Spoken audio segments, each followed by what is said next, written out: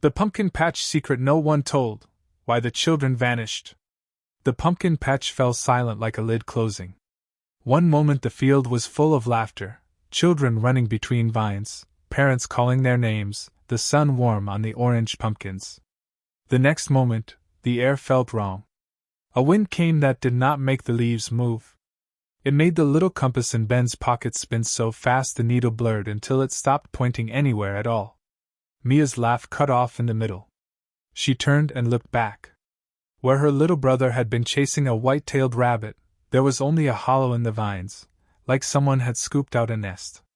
Tom, who was watching from the tractor, shouted and started toward them, but his voice sounded far away, as if he was speaking through water. Mothers dropped their baskets. A parent ran into the rows and then another, but the patch seemed to swallow the sound of their feet. They called names. The names hung in the air and then were gone. A toy truck rolled out from under a pumpkin and lay still, its red paint bright against the dirt. Tom grabbed for it and felt cold air move past his hand, like something had breathed. He looked up and saw the space where the children had been, empty, except for a circle of darker soil.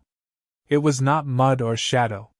It was the color of old leaves in the deep of autumn, and it pulsed very slightly, like a slow heartbeat under the ground. Someone put a flashlight on that circle and the beam trembled, as if it could not hold steady. For a single second the flashlight showed a tiny girl's handprint in the earth, palm open and small, but when they scooped out dirt with their hands the print was not there.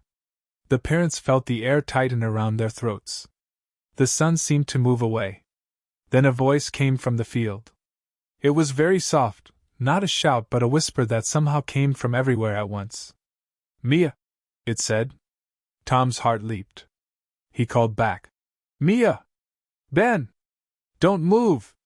But the voice did not answer again. The only sound was the dry whisper of dead vines against one another. That moment broke the world into before and after.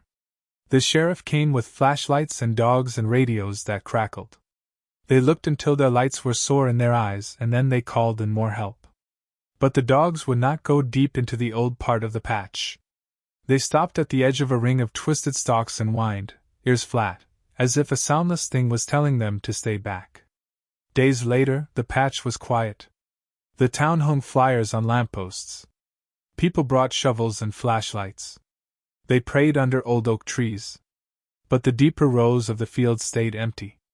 When someone tried to plant a new pumpkin there, the seeds would rot overnight. A compass left on a fence post would spin until the battery died. Phones would ring with nothing but static when people walked among the vines. Old Mrs. Carver, who had lived near the field all her life, said the place was not only old farm dirt. "It remembers," she told anyone who would listen. "Some ground holds more than roots." To understand how a place could hold that kind of memory, you have to go back a long way. The farm had been there for a century.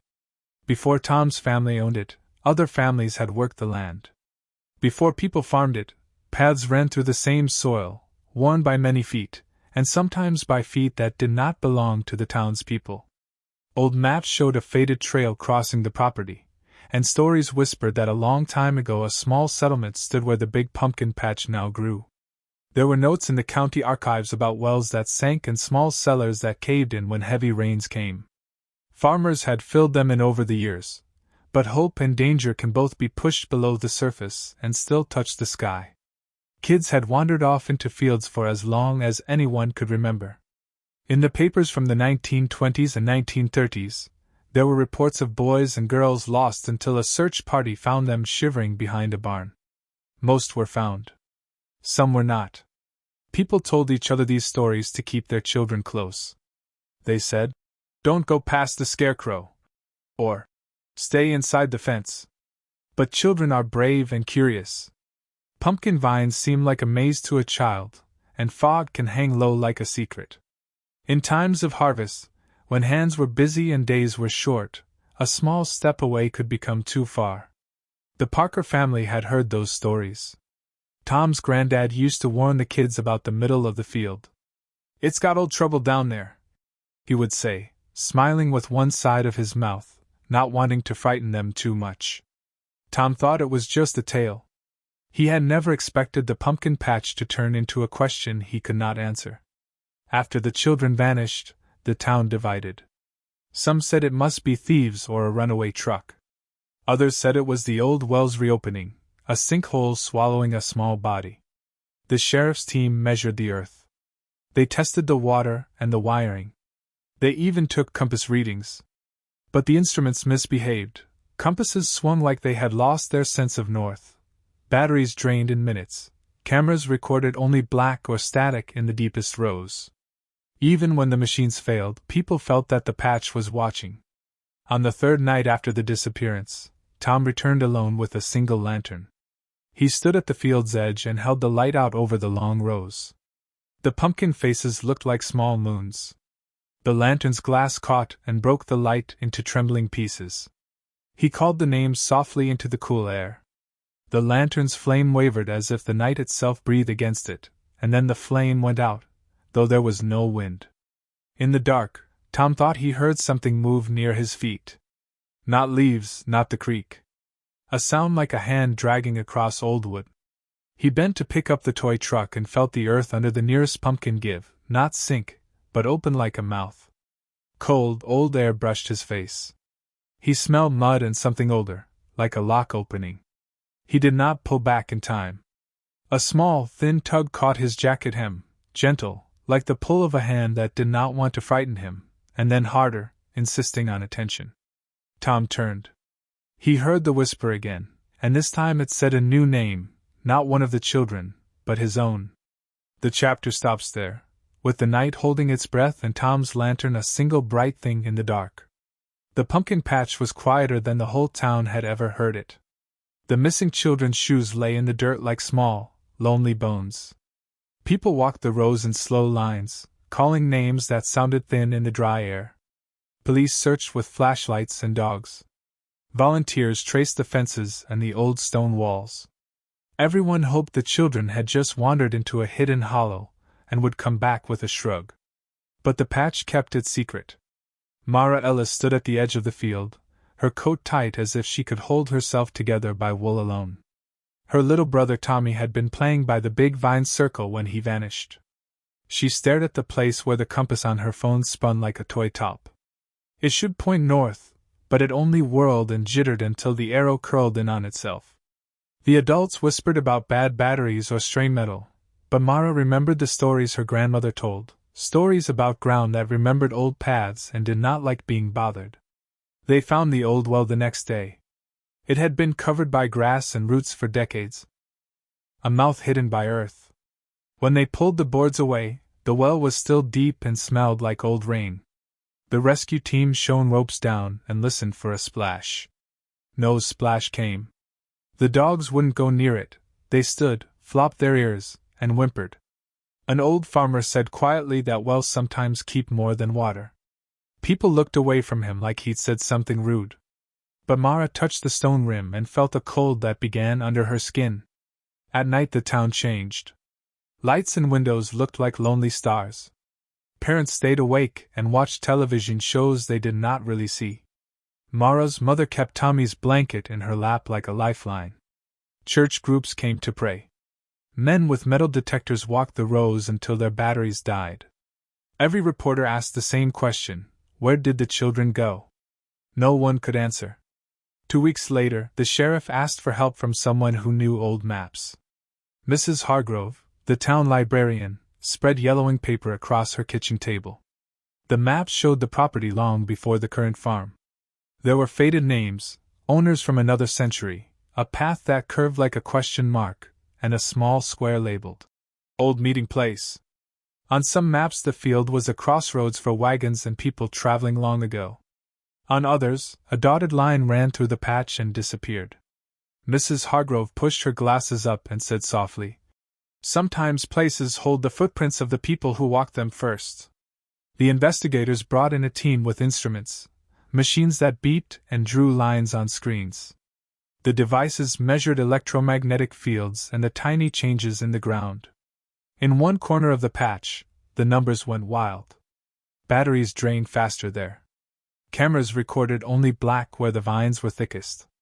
The lead investigator, a calm woman named Claire, set up a small camp at that corner. She left cameras on tripods and hung little bells like a scarecrow. The bells rang softly when the breeze moved, but never on their own. One afternoon, Claire walked the rows with Mara. The sun made short shadows under the pumpkins. She knelt and set a compass down on the earth. The needle spun. She lifted it, then placed it again on another spot. It spun there too. "Some land has odd minerals," Claire said more than once, as if saying it loud enough might make it true. She took samples of soil and sent them to the lab. People read the reports and tried to believe numbers over feelings. Mara dreamed about Tommy every night. In her sleep she ran through the vines and they closed like hands. Once she woke and found mud on her feet, but she had not left the house. Her mother blamed the dog. Mara knew better. At school, other children avoided looking at her like they could catch sorrow.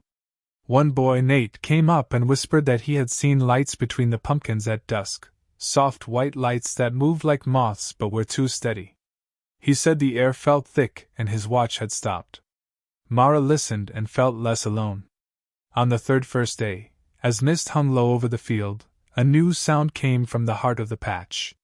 It was a slow tapping, like a small drum being played under the earth. The town gathered quietly along the fence, breath held. Claire walked in, step by step, and the bells on her tripod chimed once, clear and ordinary. Then they stopped. Cameras aimed in a wide ring. The dogs that had once refused the field sat on their haunches, staring, mouths open, as if trying to speak. Mara squeezed through the crowd with a reporter's flashlight bobbing beside her. The tapping grew louder. At the center of the circle, the vines seemed to curl differently, as if they were making a small, round doorway. Claire crouched and lifted a pumpkin. Under it lay a small piece of cloth, Tommy's mitten. The crowd gasped. Someone called the sheriff. Hope rose like a small flame. Then the cameras blinked. Every screen went dark, but not just black, like the picture had been swallowed by something soft. The microphones caught a sound at first, like someone whispering, but it did not form words. People froze. On the edge of the field, a wind stirred that did not touch anyone's hair. The bells hung from Claire's tripod began to ring wildly, not with the wind but as if they were frightened. The dogs bayed, a long, high sound. Mara bent to pick up the mitten.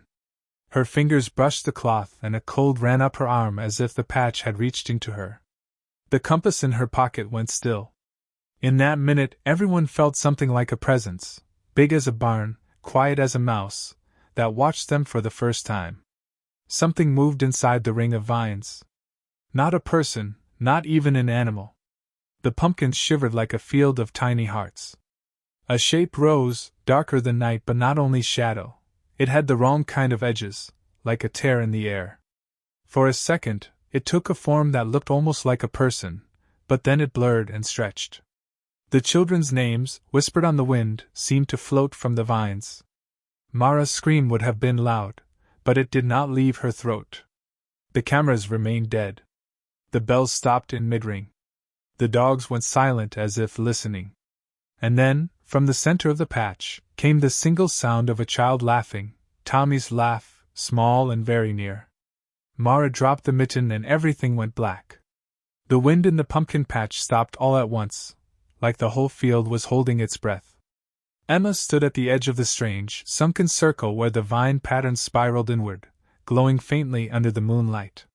She had followed the sound of whispering voices, children's voices, but now that she was here, everything had gone silent. Behind her, Grandpa Walt called her name with a trembling voice. "Emma, stay where you are." But she had already stepped inside the circle. The ground felt softer, almost warm. The vines curled around her shoes like little fingers. She heard a faint giggle, then another. The fog thickened so fast it looked like someone had spilled milk over the field. And out of that fog dozens of pumpkins began to blink, tiny sparks of light inside them, as if something was waking up. Emma whispered, "Where are the missing kids?" A soft breeze brushed her cheek. Then the glowing pumpkins flickered, and one by one, faint childlike silhouettes appeared around the circle, transparent, like reflections in water. They weren't sad. They weren't angry. They simply watched her, waiting. Grandpa Walt stepped into the circle, stronger than he looked. They got trapped, he said gently. Years ago. The land shifted. The old cellar underneath collapsed, and some folks believed the field kept their spirits close. Emma looked at the silhouettes. Can we help them? The fog pulsed, and the ground rumbled softly under their feet, like a quiet answer. Grandpa Walt knelt and placed his hand on the soil. Your grandma always said the land was listening. Maybe it's been waiting for someone brave enough to finally hear them. Emma took a deep breath, then knelt opposite him. Together they whispered, You can go home now. The fog lifted in a gentle swirl. The silhouettes brightened like fireflies, then rose into the air, drifting upward until they dissolved into the moonlight. The field fell completely silent. Peaceful. The strange warmth faded. The vines loosened their grip. The circle was just a circle again. Grandpa Walt exhaled shakily. It's over. Emma nodded, watching the last spark fade into the night sky. The secret wasn't why the children vanished, she said softly. It was why they stayed. And for the first time in generations, the pumpkin patch felt safe. The wind returned, soft, calm, and finally free.